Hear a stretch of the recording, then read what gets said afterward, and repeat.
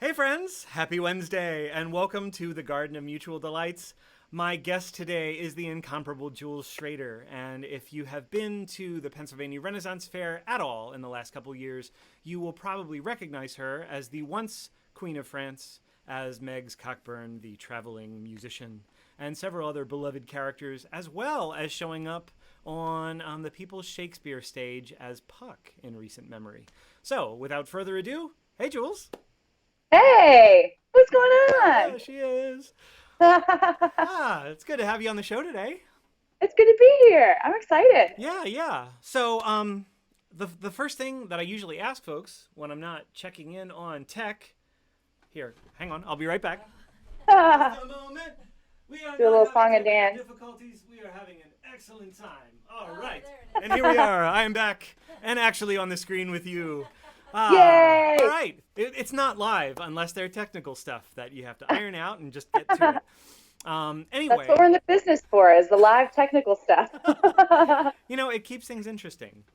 hmm So, the first question that I tend to ask people on the show is I want to talk to them a little bit about how they got into what they are into. So, like, what was it for you that said, like, acting is my thing and I love this? Like, Well, it's a lot of movies growing up. I have a very strong memory of, like most kids from the early 90s, is like Disney movies.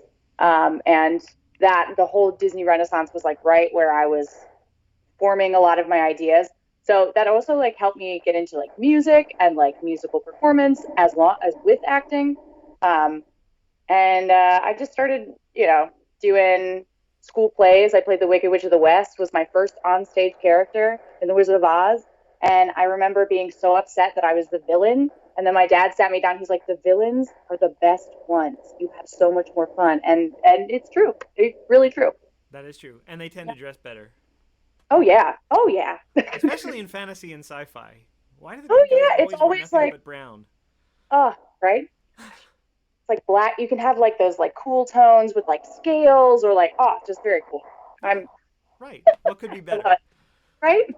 So, so the Disney Renaissance really inspired you. You started seeing some stuff in high school. So, how did you make the transition to getting into like PA Ren Fair?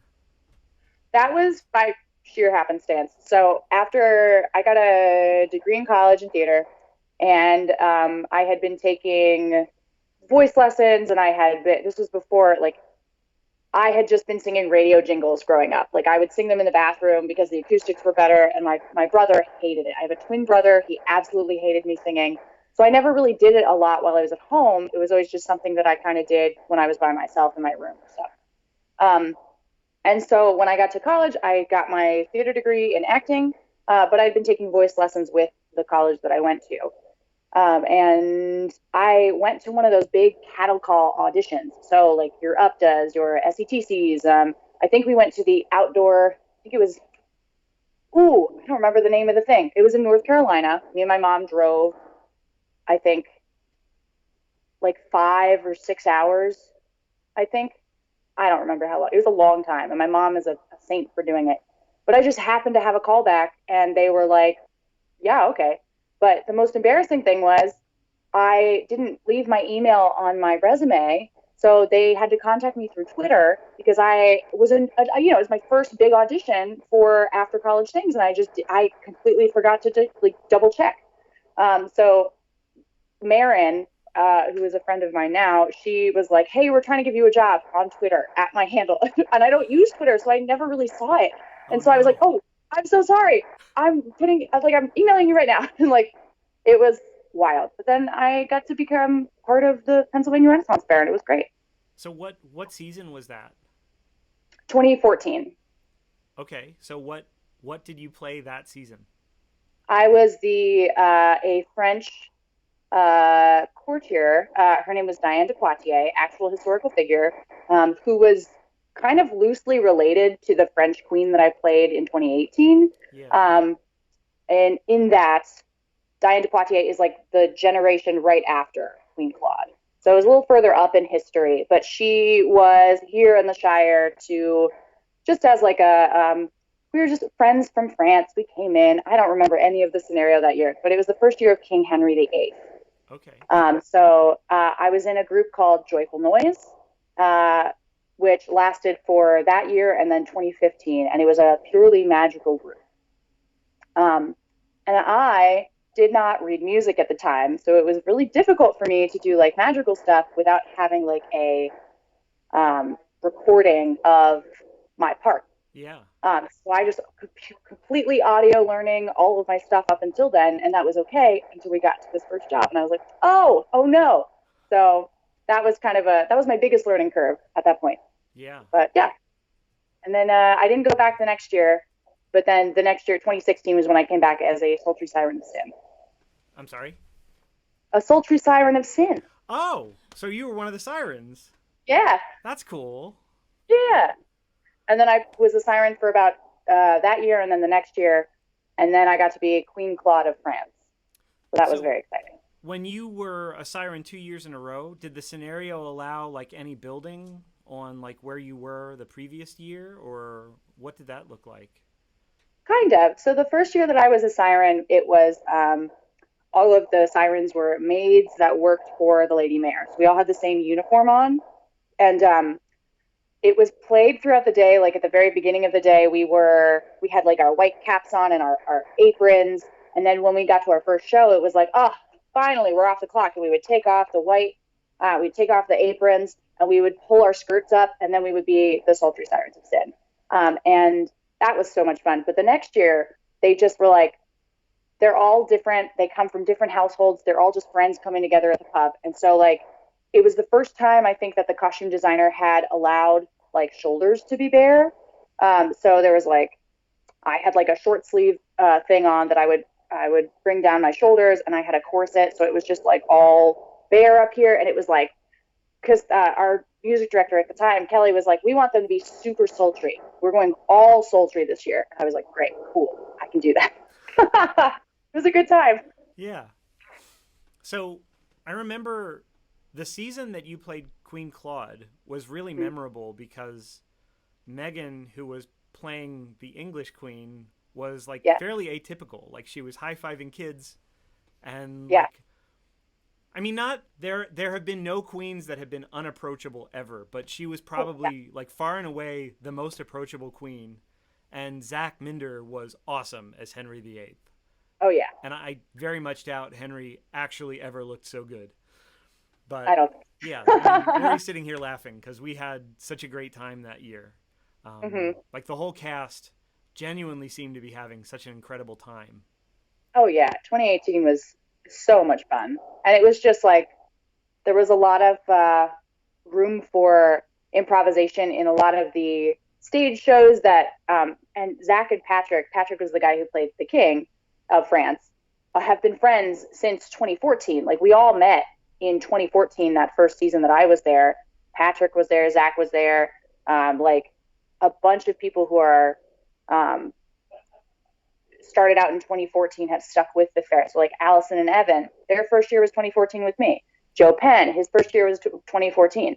Jeff first Bacchanalian year was in 2014. So like we had all kind of like grown up through the scenarios together. And this was just kind of, it was like a nice little, almost senior year. It sounds so weird to say. Yeah. But so we would just like, we would mess around with each other. And there had been a precedent the year before that Zach would surprise Megan with something at finale. And so that's sort of like, and I was fully not expecting to get anything. But then every once in a while they would like bring ice cream up to us. And so Megan would get her ice cream and I'd be like, oh, okay. And then Patrick would turn around and give me ice cream. And I genuinely was like almost to tears. Just like, oh, ice cream. Oh my God. Yes. My favorite. But yeah, so we had a lot of really fun moments like that. And it was just, I think it really transcended the entirety of the Shire too. Like the cast was super, like a lot of them had been together for 2 to 3 years. Like it was we had grown to sort of like mind read with each other. It was wonderful. Yeah. I mean so Lori and I went that year as patrons, and Mm-hmm. I mean, I think that really reflected because I've been going to the fair for a while, and Mm-hmm. I mean, some years really stand out better than others, but from like 2018 to now, I mean, even as strange as last year was, I mean, there's really something special about the kind of ensemble feel that exists. And Yeah, I remember driving home that night, just, and the whole conversation was about like how just utterly stellar that year was, and how oh, excited we were about just how much of an ensemble the cast appeared to be. Like, so just, yeah, I mean, that genuinely reflected like outside of that group. So, good. yeah, yeah. Yay. And I remember like that year, like it just the the trend that had kind of been happening before was, and through nobody's like fault, was that there was like two separate entities, which was the Bacchanalian cast and the Blackfryar cast. And some years it really meshes really together, and then for whatever reason, some other years they kind of are a little bit more separate, and they kind of work um, in harmony with each other, but not necessarily intertwined with each other. And that year, I feel like we really intertwined both casts, so it was literally the entirety of all the performers were just really in sync, which was super nice. And that's always the goal. We have a question from the Yeah. audience, and that is, how did you like doing music with Their Majesties Megan, Zach, and Patrick? Ooh, that was so much fun. I really loved because Patrick and Zach and Megan are all so talented in their own right, musician wise. So like Zach and Patrick would play the guitar, and they were super lovely. And Patrick is really good at drums, and me and Megan were like fine tuning our skills instrumentally, but like we could sing anything, and we could just kind of like pick up any sort of like harmonies with each other. And so we had really good ears. And not that Patrick and Zach didn't; they also had beautiful voices that could harmonize really well. But like we we all sort of knew where our best strengths lied, so we would use those to our advantage. But there was this one song, "Beggars to God," which I loved singing with them because I would be on my mandolin, and Patrick and Zach would be on their guitars, and Megan was on, I think, the ukulele. And then at one point, we would just switch instruments. So then I would play guitar, Patrick would play mandolin, and then Zach would be on a ukulele, and Megan would be on her guitar. And it was just that playful sort of energy was just throughout the entire show. And we framed it like it was the Muppets. So like the intro song is the Muppet theme song, but it's like, it's time to sing the music. It's time to laugh and play. It's Yeah. time to, I don't know, make some merriment with their majesties today. Like it was set up so that we could be goofballs and be not as regal at some times. Hmm. So that was super lovely. Yeah. I miss him. And then Sweet Child of Mine still makes me think of them to this day because that was a just like a hallmark of our show. It just was the number one song. Very cool. We're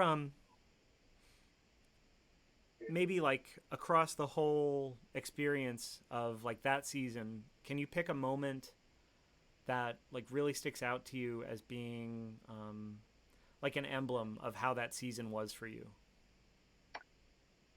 Oh,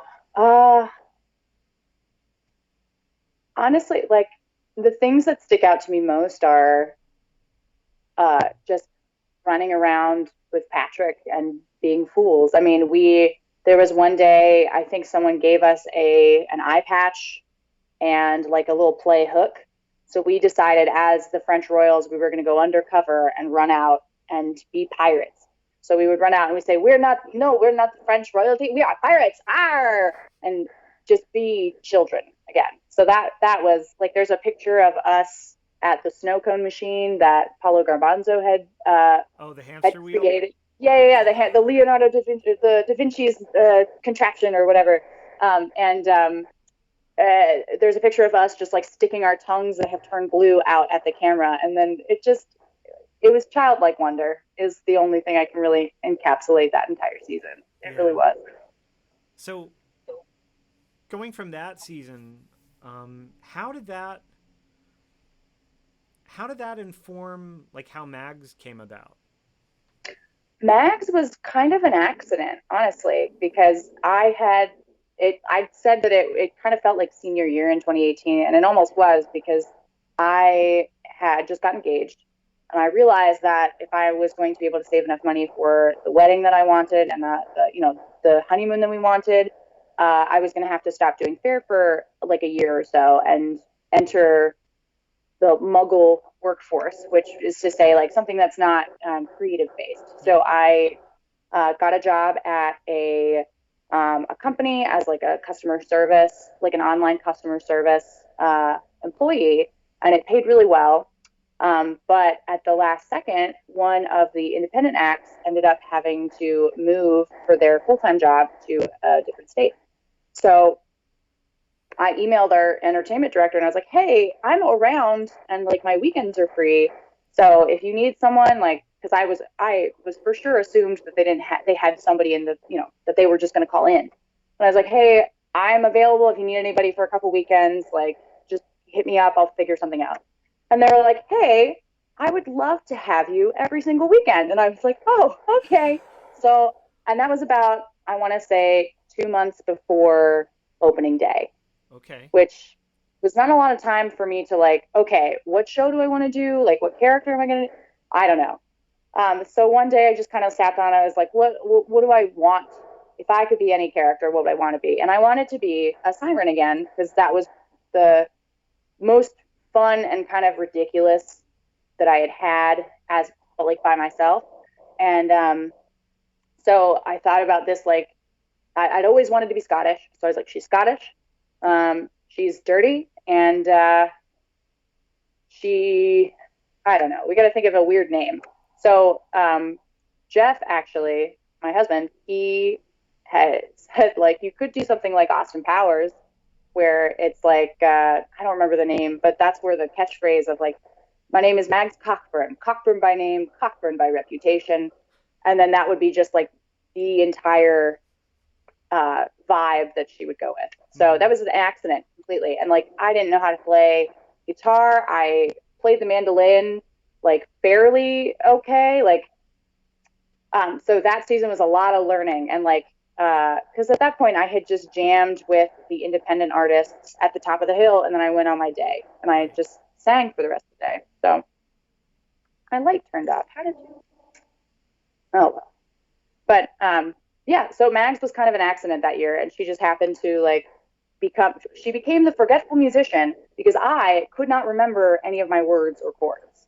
Oh no. So it was because I had a full-time job, and it was like 2 months of just like working on the weekends to try and get, 2 full sets prepped and ready, and my brain was just not comprehending it.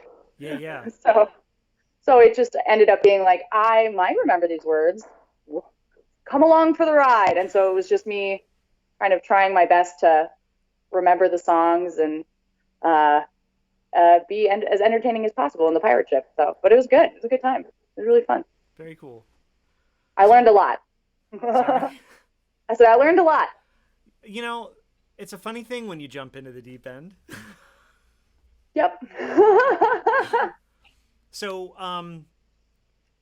while we're talking about music, so this weekend is Brewfest at Pennsylvania Renaissance Faire, and you're going to be performing, right? Yeah. So, what time are you going to be performing? That is a great question. I know I'm performing in the Picnic Grove. So if you want to come down in the afternoon session, I've got 2 sets. Brewfest, there it is. I am performing. This is my world-class memory going on. My first set is at 4:45, and then my second set is at 6:15. Okay. And I think I'm running up to play with my friend Nathan Funk for one of his sets too. So I highly recommend Nathan. He's wonderful. Yeah, you've played with him before. Yeah? Mm-hmm. Quite a bit before. Yeah. Again, very last minute. This is how I get my music career going, is I just last minute, someone drops out and they say, hey, are you available? And I go, yeah, why not? Sure. That's how Brewfest happened. That's how Mags happened. That's how most of Nathan called me up. I think last year we did our first pack room set together and it went really well. And we were like, oh, okay, great. Well, and then this year, after the whole pandemic and it was a full year before he was like, hey, I have this, it was at St. Patty's Day. He's like, I have this gig and it would be a lot better if I had somebody with me. Yeah. Do you know, it's like a week before the event.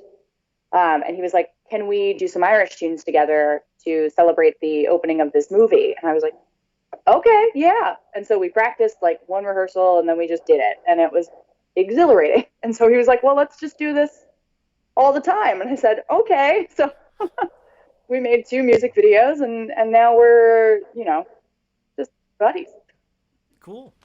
Making music. So, on that note, you're also going to be playing Celtic Fling in a few weeks at the fair, yeah? I am hosting at Celtic Fling. Yeah. So you will not see me with an instrument in my hand unless I've stolen it. But I will be hopefully remembering the names of all the bands that I'm introducing. That has happened before that I forgot the Rogue Diplomat's name and I feel terrible. But I went, all right, everybody, how's a great day? Here is the Rogue Diplomats, and they're wonderful. They're fantastic, super talented. I do not blame them if they were angry at me. I can sympathize. Michael gave me the job when I was guesting with Volgamut at Sherwood to introduce the next band, which was usually Pride of Ireland, which made life easy, but sometimes it wasn't. And it was nice when we had the other band showing up. But yeah, I feel you, because sometimes the slides are there, but the labels fall off. So I can look right at the person and it's like, yep, I know who you are. I know what you ate for lunch yesterday. I can remember an entire conversation we had 3 weeks ago. I have no idea what your name is right now. It's super aggravating. Oh, yeah.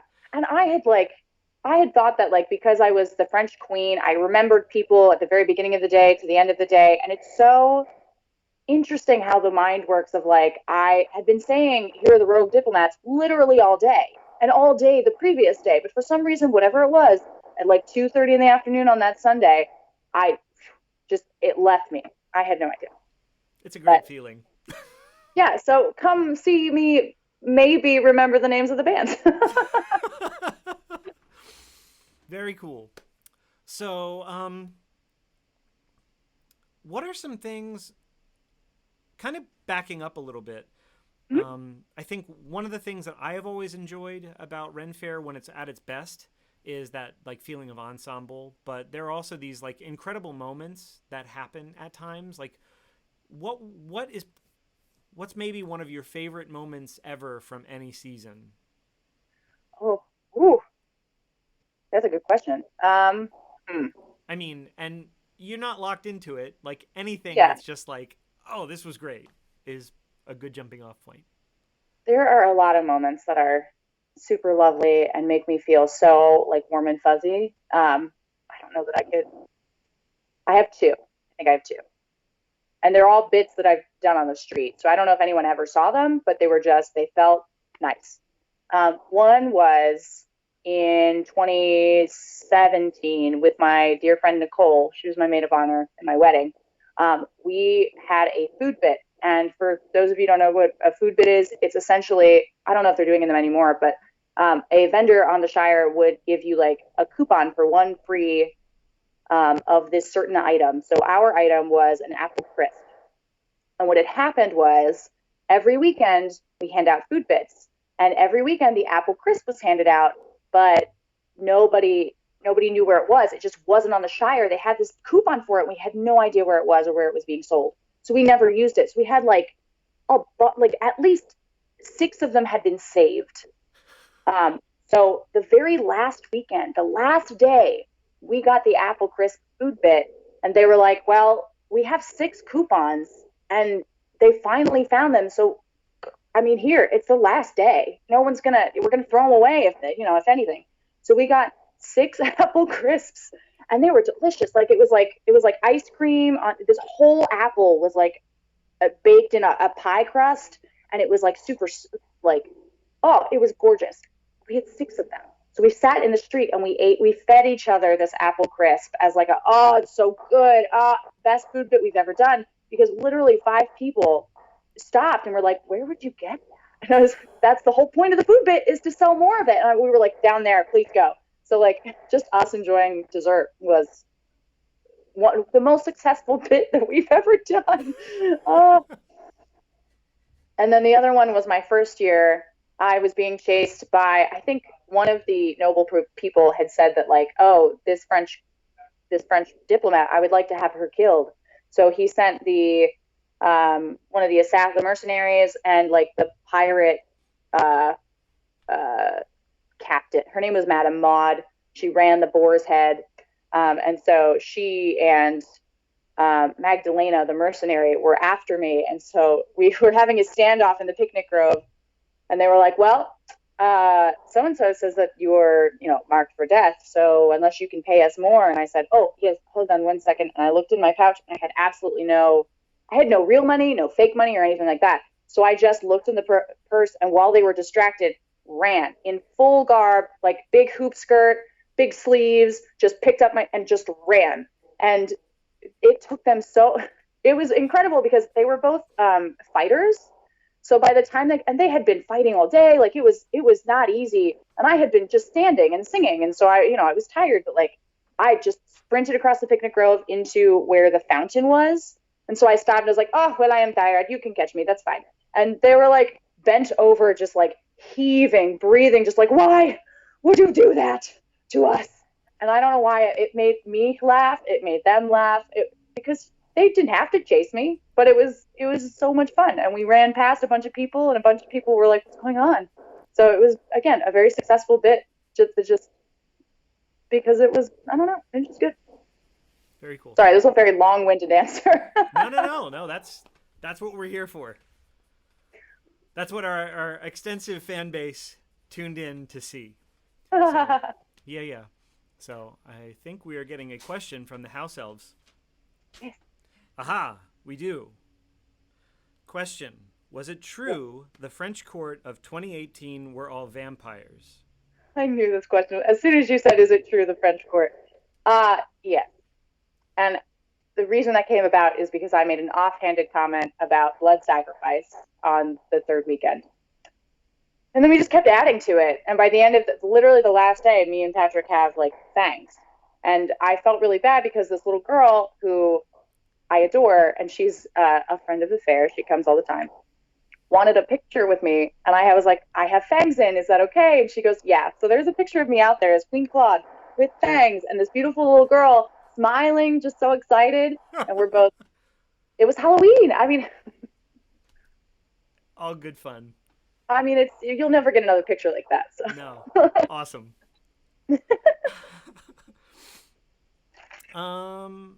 So, okay, this is maybe something that a lot of people don't know, but there's a lot that goes into developing a lot of background for characters for the Ren Fair, so that you can interact with people with a lot of freedom, and there's a lot of improvisation.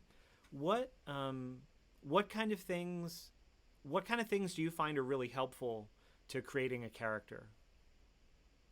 As all of my characters represent a certain part of myself, or like they are the antithesis of something that I don't, that I really want to improve about myself. So like, Max Cockburn is the embodiment of my psyche. So like in my brain, it's very Max Cockburn up there, where there's always a dirty joke in the brain.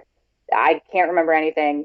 And she just has no filter. It just all comes out, and she doesn't really think before she speaks, which is good sometimes and also not great because it just makes her look like an idiot kind of. But so Max Cockburn was the unfiltered brain of myself.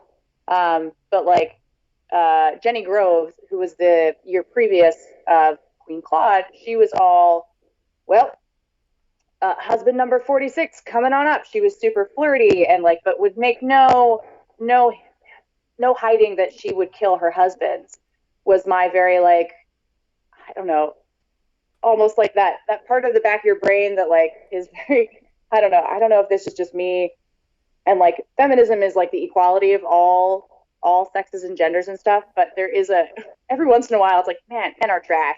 And that's like, it just comes with like some of the like the stories that you hear online and stuff like that. It can be very easy to like drop into that cynicism or like that Black Widow part of like, man, I could kill people. That would be great. So like, and obviously there's a myriad of men who are wonderful and magnificent, but there is that, or like, whatever. But like that was like that pushing that version of like a thought that I had and pushing it to the extreme. And then Eliza Barker was very much a Mags Cockburn part one. So I don't know. It's just like a little bits that I can connect with that I can push even further um, than I. There's no limit to it. So you just keep it and pushing it to the extreme. Very cool. Does that make sense? Oh yeah. I don't Well, know. so I mean, kind of on that note, so how does that process begin for you? I mean, are you intentional about what parts of yourself that you bring forward, or do you have like a process where you kind of figure out like what a particular character is going to embody and then you accentuate those parts? Usually there's a moment where I kind of like find out what sort of makes them tick. It's either based on like, okay, what situation are they surrounded by themselves in? So for Queen Claude, it was she grew up pampered. She has had no real hardships other than the fact of being a woman at the time, Mm-hmm. and like uh, she and Francois did, which is interesting, sort of fall in love with each other at the very beginning of their marriage. And Francois was, uh, sort of unfaithful across their marriage, but that was nothing new to her. And she was like, oh, that's fine. I don't care. I mean, it was just very much like um, we really wanted to focus the relationship on there. And so it was a give and take between me and Patrick of like, okay, so these are our situations and how do these characters make the best of that? Mm-hmm.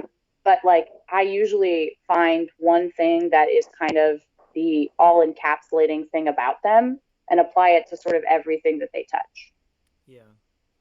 So for Mag, it was she is a little bit of a not a rat in a cage, but like she is that dog that has like a or that horse that has like a carrot dangling on a stick in front of it. It's just like I gotta, I gotta, and then so that goes with every aspect of what. So that's how she is with men, or that's how she is with kids, or she's just kind of like, hey, what's going on? Oh, new thing, and it's just all sort of like, yeah. Again, I don't know if that makes any sense, but it works for me. No, no, it does. And I think one of the things that I'm always looking out for with any of my guests is we talk a lot about how, like, what people actually see in a performance or what people see with a finished product is like the very tip of an iceberg. And Mhm. I have such an appreciation for the craft of like anything. And I love hearing people talk about all of that care that they put into what is for many other people just a few minutes. Mhm. So, like, even if somebody comes to fair, I mean, there are some people that'll go like and follow the story all day. So if your character's in the main plot, like they're kind of watching an extended play.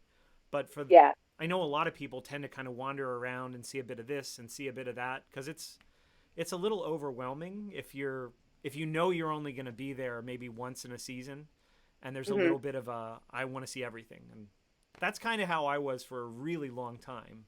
Oh yeah. And that changed after 2018, and some of that was like the recognition of how much care had gone in to the characters. And Mhm. yeah, so yes, it does make sense, and it's great that you're sharing like so much of what's gone into so many of the characters. um Sweet. I so because I used to be the same type of way. I grew up going to the Maryland Renaissance Festival, and the only thing I would stick around and like see every single thing of was Shakespeare's Scum, and they had such like clearly defined characters, and like mhm. it was all I wanted to do with my life was to be Shakespeare's Scum. So yay. Same, oddly. And there was a long stretch where there was there wasn't as much Shakespeare at PA. And I Hmm. was kind of like, all right, You okay. know what's so funny is that they had Shakespeare until the year that I got there, and that was one of the reasons I accepted the contract. I was like, maybe I'll do some Shakespeare, and then there was no Shakespeare, and I was like, oh, okay, that's fine. Well, we have another audience question, which is related. Yeah. What are some of your favorite memories or parts from doing Shakespeare in Lancaster? Ooh, that. Oh man. So I had done Shakespeare with the People's Shakespeare Project on and off for the last few years. My first role with them was I had watched because Jeff was a big part of it. Jeff and a lot of his college friends. Millersville is super involved with People's Shakespeare, and I had watched Jeff do it, and so I decided to audition. And I don't remember my first role there. I can't remember if it was Puck or if I did something else before that. I can't remember. But Puck is one of my favorite roles. Puck and Rosalind from As You Like It were, I think, my favorite Shakespeare experiences almost to date.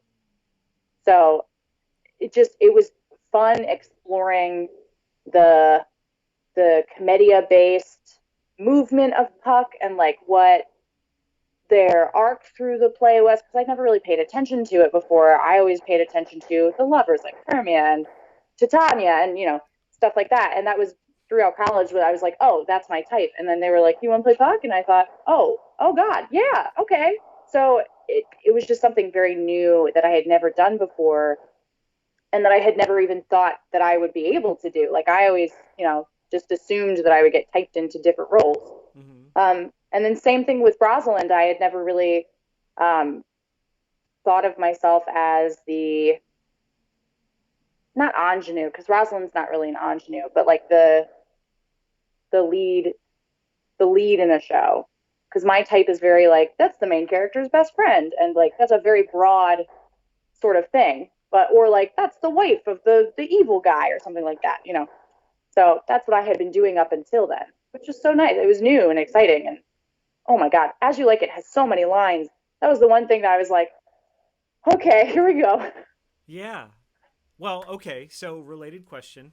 As somebody Mhm. who is self confessed with having trouble with memory, what are some things that you do to help you remember? I mean, Ren Fair is one thing because you can improv and it doesn't matter as much and it doesn't really impact your performance negatively, provided your wits are firing. Right. Shakespeare is different, though. Yeah. So, what was that experience like? Well, it was a lot of bits and pieces. So that was a year that I really was focusing on, okay, I know it's a lot of lines, and I know that this is going to have to be like every once in a while I'll get something and I'll do something that I'm like, oh, this I can wing it. And I'll have that mindset of like, okay, this I can wing it. Puck was not like that, and Rosalind was definitely not like that, Mm-hmm. where I had to sit down and be like, okay, this is like, you have to spend 3 hours on this one scene or it won't stick. And usually, if I have the first word, if I can get the first words in order, the rest of the line will follow. So that that is a really big thing for me is just memorizing the first word of each line. Yeah. And that has started to become one of my things. And for some reason, it doesn't work as well with music, but for Shakespeare, it works really well getting that first word. But in my brain, for some reason, music comes with uh, the melody of it has to be really specific for my memory, Okay. which is very strange. I wish it worked just as well because it would make things so much easier. I mean, I think that's one of the things that's so frustrating about like how we are wired as people is like just because something works in one place, it doesn't necessarily translate. Right. It And they can. say that like if you have a song for something, usually you can remember it better than if you don't. But for me, it's the opposite. Like it was okay for me. I have to have like there was a great when I was in school, they had a great tip of just like if you memorize your lines, memorize them in a monotone voice, speaking softly, because then you can add on all of that extra inflection, and it won't mess up your brain's momentum of what the actual line is. And so I started trying to do that. And so I still try and like memorize without any inflection. And that usually helps a little bit. But if I don't have that first word, I don't remember the rest of Yeah, I can relate to that. it. That's And then you're just actually vamping. with music, I'm that way. So like Yeah. if I try and be off book, but like I'll allow myself like first words of verses or like the first few of a line because once I Mhm. can get the rhythm, like then I'm good. But yeah, that's the worst. I know. It's like Well, first and they word say that, is yeah, right? What's the first word? Is always, instead of saying line, I'll say first word. And if it's the, I'm just screwed. But because me it'll be too. the, like, the what? Second word. Um, but I had a thought and it just escaped me. Anyway, If it comes back. if it comes back, it might. So we really can't talk about upcoming season of PA Ren Fair, much as we might want to, because I know I'm excited about it. Oh, yeah. Um, is there anything without spoilers? Is there Mhm. anything you can talk about that you're really looking forward to this season? I am looking forward. This is my, for those of you that don't know, this is my first full season of being the Blackfryar music director. So last year I was a music director almost out of necessity because we had a cast of 10 and we wanted to do a couple shows. And so they were like, Jules, can you put together a couple things? And I said, okay. And I had arranged for 8 songs. But now we have 3 marvelous groups. We have um, 18 songs that'll be ready to go. And then maybe a few more if they add them. I mean, I'm very excited to see people taking my work and elevating it because that's all I want. And I'm intrigued to see how I'm going to feel about it because I've never done that before of like uh, before last year where I would write something and then other people would sing it and like letting go of that control and like letting go of that preconceived notion of Mm-hmm. like, well, this is how I heard it, but that's I like that better, that kind of thing. Yeah, I mean, And it's already started to happen. there's a ton of trust in that. Yeah. Well, and we have great people that I trust implicitly. I say as I'm talking to one of the people I trust implicitly with my music. Well, I'm super grateful. I'm really excited about what's coming this year and really glad to be a part of it. I've been really excited about PA Ren Fair for a long time and made all kinds of excuses why I couldn't or didn't want to audition. And Mhm. it's actually been every bit the experience that I hoped it would be. And I think Oh, that has good. everything to do with what you as directors have set up. I mean, you're clearly building on something that existed before any of you were part of Fair, but it's been wonderful to see so many of the things that I'm kind of like, for them to do what they're doing, the back end has to look like this. And I'm so glad to see like so many of those guesses were like pretty spot on and in so many ways are so much better. So for everybody who's been thinking about auditioning and maybe checking that out, I would encourage you to do so. It's been one of the best experiences of my life, and I'm really excited about it. Yay. So, And it's not even halfway, like, it's not even begun yet, to be honest. Like, we've got a whole season to get through, which is so right. exciting. Well, I mean, we're in the part that like I think rehearsals are really exciting, like partly because they're kind of exciting for their own right, but partly Mhm. like the anxiety of, oh, how is this all going to work? Like, Yeah. is this all going to come together? But like even seeing the way things have come together in like a month of rehearsals, like Mhm. it's a month, it's about a month today. Yeah. And just seeing the way things have come together, like for myself and for like the other folk in the company, has been really wonderful. Like it's incredibly Yeah. rewarding to see how like things are starting to click and things are starting to gel. And I think there's a lot of, I mean, you've been doing it this way for a while, but there's so much wisdom in starting Blackfryar cast as early as you do. So it gives us more time to just let ideas simmer. I mean, I still have a ton of unanswered questions about my own role.